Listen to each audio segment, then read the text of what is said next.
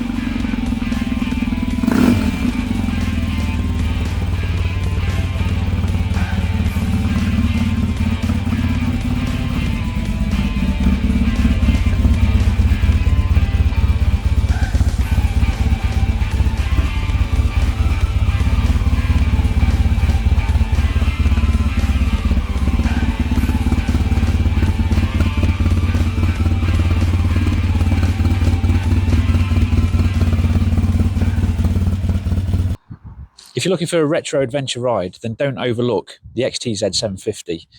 This is my bike. I've had it for a few years now, and I've done quite a few expeditions on it. I say expeditions, not too far. Scotland, NC 500, things like that. I want to take it to Wales this year, but I'm going to go and do a ride on it soon. I'll add the video and I'll talk through the feel of riding it. But what an absolutely fantastic machine. For value for money, this gets the same enjoyment out of a £4,000, £5,000, £6,000 bike, and it's half the price. This one, to be honest, it's not the best example out there. It's been in the hands of somebody that's obviously Dakar replicated it. I can't take credit for that, but I think it looks cool. It's a bit of a Marmite bike. You either love it or hate it. It's got a few little added extras on here as well that I'll go through. But the actual performance of the bike, for a bike it's a 1989, so a bike that's now 36 years old, it'll be a classic bike in 4 years. Well, registered for tax and MOT exempt anyway. It's just an absolutely fantastic machine. Big fuel tank, don't have to worry too much about running out of fuel. Not sure how accurate the gauge is on it. This has been added with heated grips. Lovely soft cushion seat. The riding position is superb, but as I say, I'll go through that on the ride out. But I mean, it just looks cool. It's just retro. It's got all the right lines. It looks proper adventure, old school, and it's got everything that you need. So if you are looking for a bit of an adventure thrill, don't overlook these fantastic bikes. here we go. Yamaha XTZ750 Super Tenere.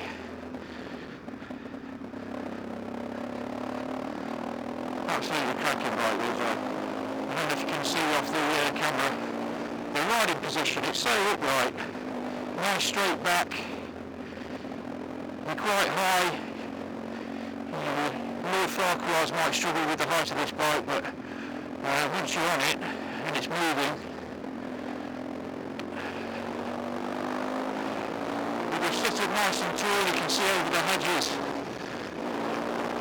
Lovely deep bassy tone to the exhaust, and it picks up really well. Like right there. Very good. And by modern day standards, it's not a quick bike, but it's not made for that. You'll see on the pictures that I put on when I went travelling with it. Loads of kit, loads of weight, it just pulled it all day long. And it gives you confidence.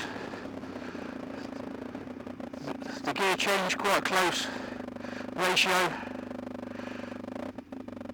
The clutch lever isn't the most supple. You've got to give it a good pull.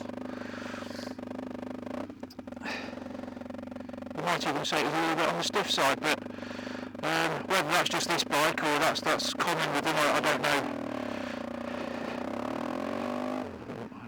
We're going to stop. Wait for these ones. I mean, I'm 6 foot, and I mean, it's a good sized bike for me. I can get my feet down okay on it. You can get, when I first bought it actually, I think it was a shorter guy that had it, so I had to replace the dog bone bottom tightened the suspension just to bring it back up. It was sitting quite low at the back. I wanted a bit more travel, especially with carrying the luggage. They're quite big panniers, so you can get plenty in them.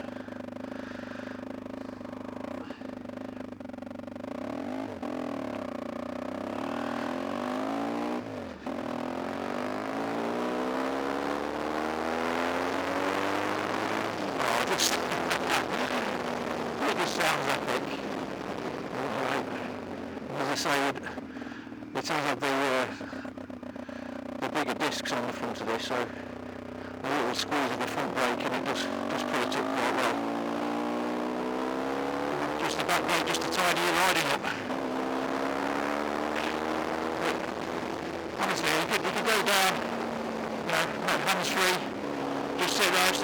There's nothing through, no way through the wrists whatsoever.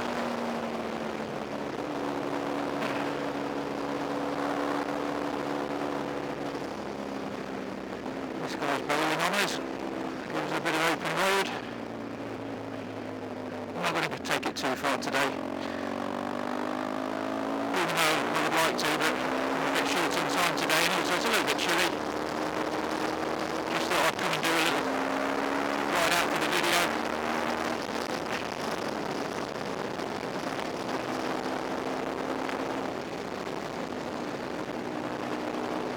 And as I say, to go for a modern equivalent of an adventure bike like this, I went to the motorbike show at the NEC, and the new GS's, you're talking 20 grand for them. You could go for a second-hand Super Tenere, 700, and still be paying 5-6 grand for it. And yes, I'm not disputing that there it is. Let's see what Triumph, I think.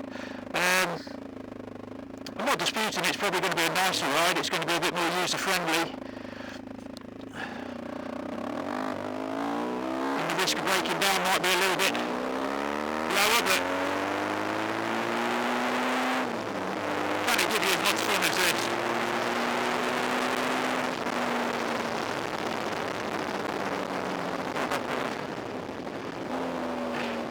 Quite a few bikers around here. We're not too far from Mallory Park. You've got your buggies and the bikes go around racing, so it's quite a nice ride out.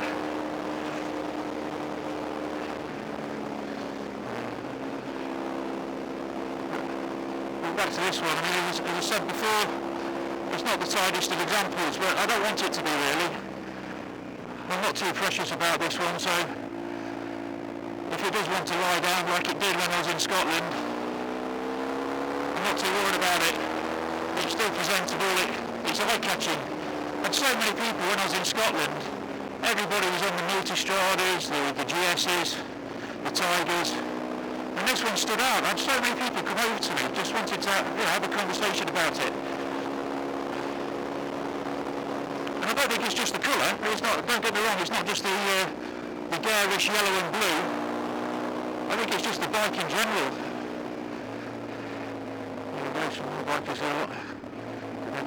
Hello. He's got a sprint.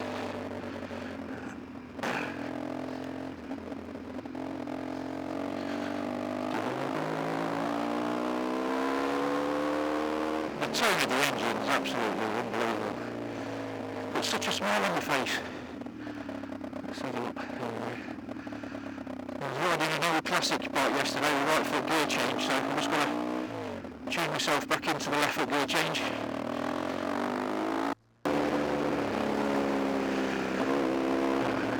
Taxi drivers, beware.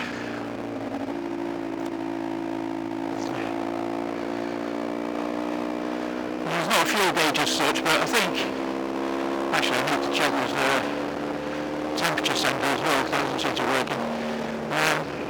But as far as I remember, last time I rode it, I think the fuel warning light does come on.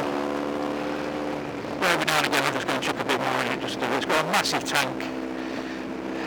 So for short day riding it's not a concern at all. The mirrors obviously aren't standard, we've got a round one over here. Looks like it's off a little scooter or something, and then a nice big square one over this side. which gives plenty of vision behind us. There we go.